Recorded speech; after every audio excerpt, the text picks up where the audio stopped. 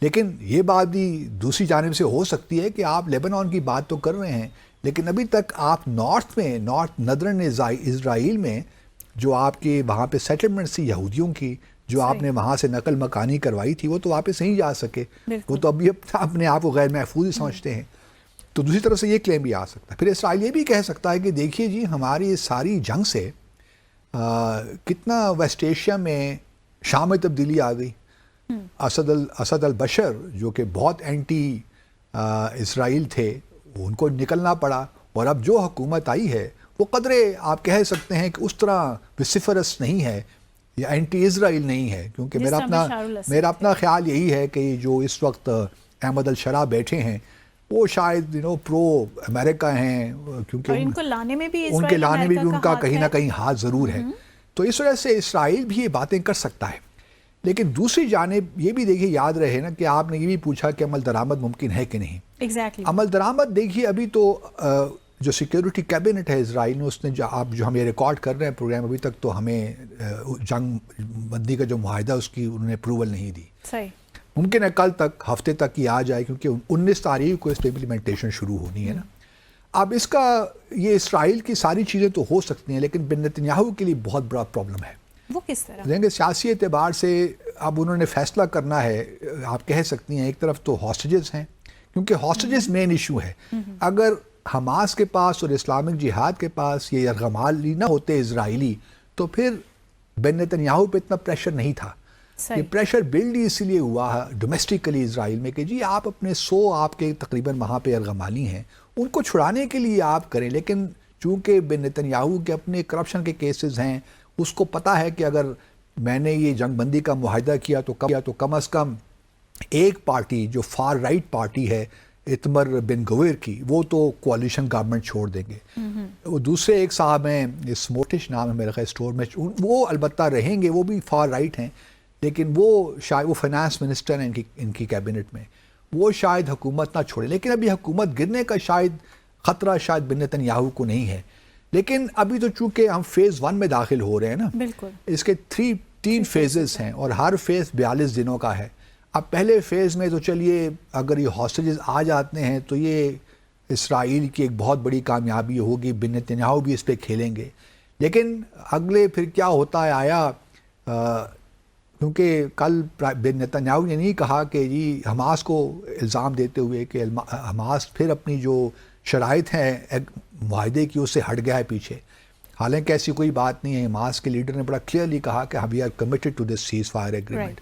تو اب جو ہے حماس جو بن نتنیاہو ہیں وہ کسی نہ کسی طور چاہتے ہیں کہ یہ معاملہ زیادہ آگے نہ چلے, کیونکہ ان کو خطرہ تو یہی ہے نا کہ کہیں ان کی کوalition گورنمنٹ گر نہ جائے, کیونکہ اگر وہ گر جائے گی تو پھر ان کے لیے سارے جو ہیں ایک مسائل تو ان کے لیے کریٹ ہو جائیں گے, پولیٹیکل مسائل ان کے لیے. تو لوگوں کو بھی اس بات کا احساس ہے کہ بن نتنیاہو نے جو, کیونکہ یہ اسی قسم کو معاہدہ ایگزیکٹلی یہی معاہدہ پچھلے سال مئی کے مہینے میں پریزیڈنٹ بائیڈن نے دیا تھا اگر آپ کو یاد ہو, جو کہ بن نتنیاہو نے پہلے ایگری کر کے پھر اس سے نکل گیا تھا. اب یہی معاہدہ اس وقت کیوں پاسبل ہوا, اور یہ بائیڈن کی کامیابی نہیں ہے, یہ اصل میں کامیابی ٹرمپ صاحب کی ہے. کیونکہ ٹرمپ صاحب نے بڑا واضح طور پہ کہہ دیا تھا کہ 20 جنوری ان کے آنے سے پہلے آپ یہ معاہدہ کر لیں. اور یہ بھی یاد رہے کہ پچھلے جمعے کو پچھلے ایک ہفتے میں جو ان کے اسپیشل انوائے ہیں, مجھے ان کا نام بھول گیا, وٹکاف ہے کیا ہے, وہ اس ریجن میں موجود رہے ہیں اور وہ CIA کے جو ولیم برنز ہیں ان کے ساتھ مذاکرات میں بھی شریک ہوئے ہیں. اور انہوں نے بڑا کلیئرلی وارننگ دی ہے ٹرمپ کی جانب سے اسرائیل کو کہ آپ یہ فوری طور پہ یہ معاہدہ ضرور ایکسیپٹ کریں جو بھی یہ معاہدہ ہے. اب دیکھنا یہ ہے کہ ٹرمپ کے آنے کے بعد, چونکہ بن نتنیاہو اور اسرائیل کو یہ معلوم ہے کہ وہ امریکہ کی مدد کے بغیر نہ یہ جنگ جاری رکھ سکتے ہیں اور نہ یہ ڈپلومیٹیکلی اس کو کنٹینیو کر سکتے ہیں, کیونکہ UN سیکورٹی کونسل ہے, وہاں پہ اور بڑے مسائل ہیں. ICJ نے جینوسائڈ قرار دے دیا ہے, ICC نے وارنٹس نکالے ہوئے ان کے خلاف, لیکن امریکہ کے سپورٹ کے بغیر یہ پریشر نہیں لے سکتے. ان کو اسرائیل کو معلوم ہے ایک قدم ہی وہ آگے نہیں بڑھ سکتے. اس لیے نتنیاہو نے پریزیڈنٹ ٹرمپ کو آنے سے پہلے اوبلائج کر لیا, آپ کہہ سکتی ہیں ایک لحاظ سے. اب آگے کیونکہ یہ دیکھیے نا لانگ ٹرم میں بڑا ضروری ہے ان کے لیے, ایران کا تھوڑا سا پریشر اب کل ہم بات کریں گے اس پہ، جی. لیکن ٹرمپ کی خواہش یہ ہوگی کہ وہ آتے ہی اگر یہ معاہدہ رہ جاتا ہے، جو کہ مجھے مشکل لگتا ہے اگلے آنے والے، کیونکہ اس میں دیکھیے نا ہے کہ فیلڈلفی جو ہے کوریڈور، اس سے وڈرال ہوگی، پورے غزہ سے وڈرال ہوگی، ہیومینیٹیرین اسسٹنس جائے گی 600 ٹرک ڈیلی کے حساب سے، اور بہت پھر اگلے جو 33 کے بعد جو مزید ہاسٹیجز ہیں وہ کس طرح ریلیز ہوں گے، کیونکہ اسرائیل ابھی تک ذرا ریلکٹنٹ ہے جو فلسطینی پرزنرز ہیں اسرائیل کے پاس، ان کو ریلیز کرنے میں. تو یہ تمام وہ چیزیں ہیں جو کہ آگے پرابلمس کریٹ کر سکتی ہیں، کیونکہ اسرائیل کا جو نتنیاہو کا ایک گریٹر یا فار رائٹ کا جو ایک لانگ ٹرم آبجیکٹو ہے وہ تو یہ ہے نا گریٹر اسرائیل. Exactly. تو اس وجہ سے آگے کیا امپلیمنٹیشن ہوتی ہے. پھر ٹرمپ کا انٹرسٹ یہ ہوگا کہ وہ ابراہیم اکارڈز کو ریوائیو کریں، سعودی عرب اور اسرائیل کو قریب لے کر آئیں تاکہ ایران کے خلاف ایک محاذ بن سکے.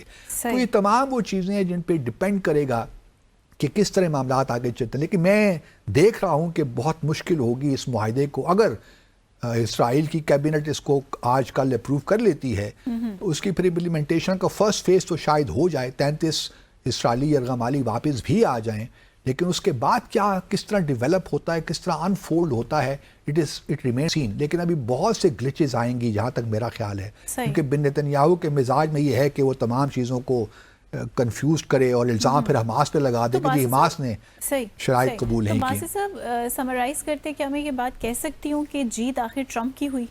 جیت تو اس وقت ٹرمپ کی ہوئی، لیکن اسرائیل نے بھی کھویا، حماس نے بھی کھویا اس پروسیس میں، لیکن چیزیں لانگ ٹرم میں اگر دیکھیے تو ابھی کچھ کہنا مشکل ہے. سچی بات یہی ہے. وہ جو بات تھی ٹرمپ کی کہ امریکہ فرسٹ، تو پھر امریکہ بازی لے گئے. ابھی خیر وہ تو ریٹرک ہے نا، ابھی well see when Trump comes into power then you will be able to analyse. All right. سو یہاں پہ ایک چھوٹا سا بریک لیں گے، بریک کے بعد واپس آئیں گے اور دیگر موضوعات کو پروگرام کا حصہ بنائیں گے. Stay with us.